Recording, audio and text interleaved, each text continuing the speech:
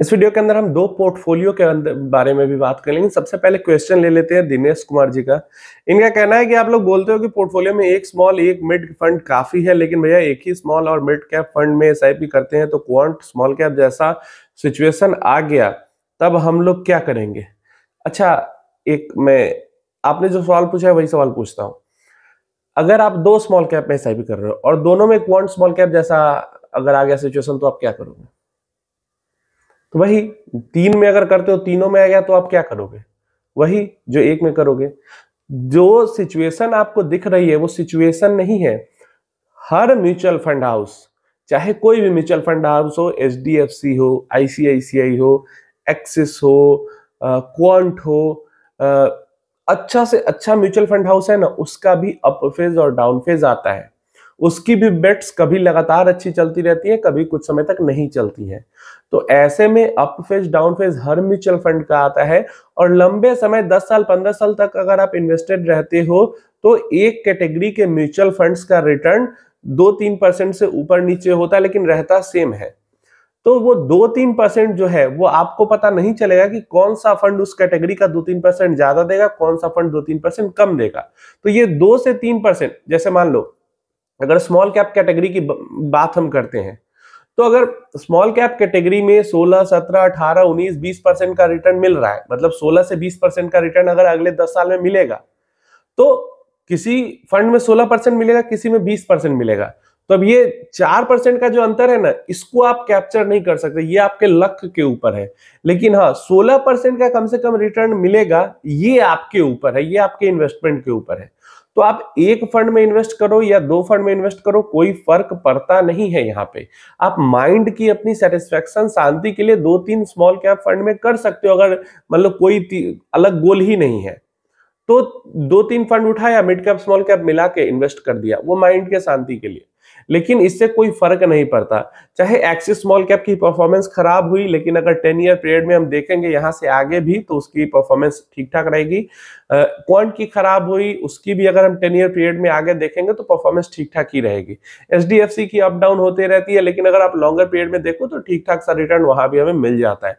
तो इससे परेशान होने की जरूरत नहीं है कि प्रेजेंट सिनारियो में किसी म्यूचुअल फंड स्कीम का परफॉर्मेंस थोड़ा खराब हुआ है तो वो हमेशा खराब ही रहेगा, ऐसी बात नहीं है। हाँ, कोई कोई म्यूचुअल फंड हाउस होती है जिसके सारे फंड्स ही खराब करते रहते हैं तो वो अलग चीज है। लेकिन एक्सिस, क्वांट, एचडीएफसी, ये सब जो फंड हाउसेज है वो डेड फंड हाउसेज नहीं है, ये काम करती है एक्टिवली, तो इसलिए इनके रिटर्न थोड़ा बहुत ऊपर नीचे चलते रहते हैं।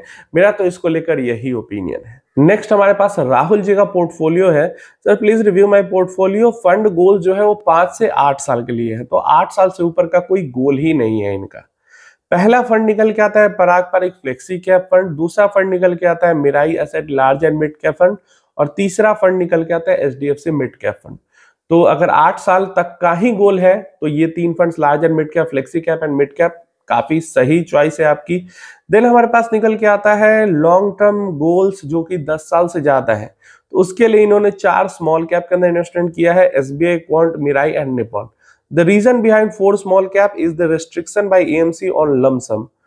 Mirai small cap पे I think and SBI quant small cap, Mirai और quant पे I think restriction नहीं है, SBI में restriction है और निपॉन में restriction है, लेकिन आप जुगाड़ लगा के कर सकते हो ज्यादा इन्वेस्टमेंट।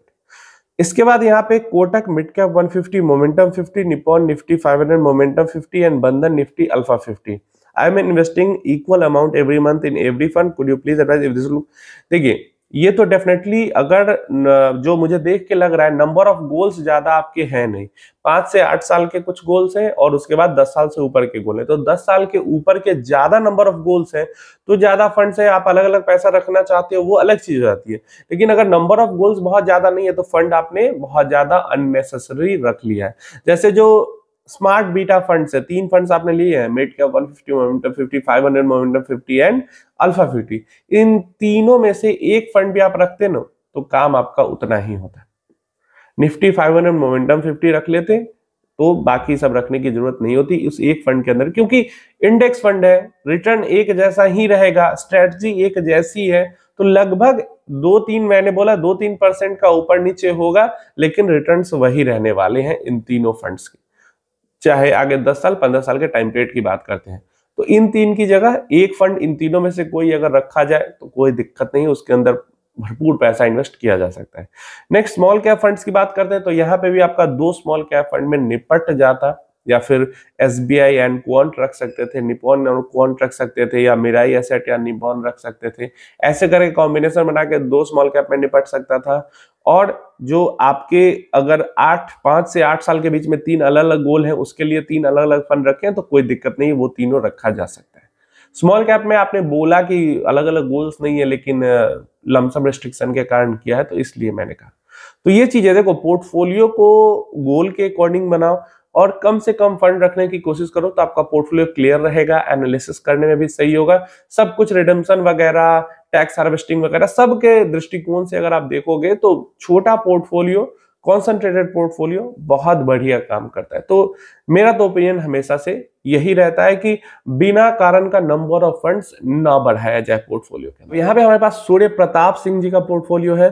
हेलो भाई, I have been watching your videos daily a lot past 6 month learning a lot, this is my first question, I started invest. इन्होंने 2024 जून से इन्वेस्टमेंट स्टार्ट किया। डेफिनेटली अभी काफी इनको नुकसान में अपना पोर्टफोलियो दिख रहा होगा। 36 साल इनकी एज है और जो होराइजन है वो लॉन्ग टर्म वेल्थ क्रिएशन, कोई स्पेसिफिक गोल नहीं है। तो मुझे बस इतना नहीं समझ में आता, जब आपका लॉन्ग टर्म होराइजन होता है, मतलब मोर देन 10 ईयर्स, 15, 20, 25 ईयर्स, और कोई स्पेसिफिक गोल भी नहीं है, तो नंबर ऑफ फंड्स इतने ज्यादा रखने की क्या जरूरत हो जाती है? कोई नीड नहीं है नंबर ऑफ फंड्स ज्यादा रखने का, क्योंकि रिटर्न्स एवरेज ही होने हैं लॉन्ग टर्म में, तो 50 फंड रखने की क्या जरूरत है? अब 1-2% के मार्जिन को आप पकड़ने की कोशिश करते हो, जो कि पकड़ना इम्पॉसिबल है। जो चीजें पॉसिबल है उसको ज्यादा से ज्यादा अच्छे तरीके से करने की कोशिश की जाए, मतलब कैटेगरी सही सेलेक्ट करने की कोशिश की जाए अपनी तरफ से, ये सबसे महत्वपूर्ण है।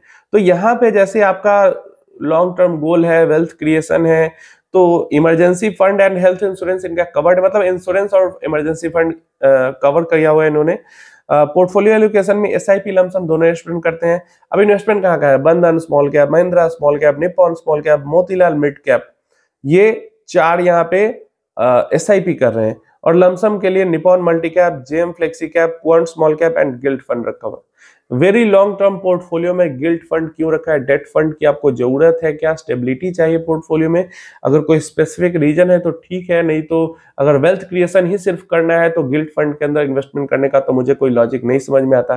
देन जब हम बात करते हैं लॉन्ग टर्म की, तो आपका जो Motilal mid cap, Nippon small cap, Mahindra small cap, बंधन स्मॉल कैप, ये 4 पोर्टफोलियो में भी आपका लॉन्ग टर्म वेल्थ क्रिएशन का गोल अचीव हो सकता था।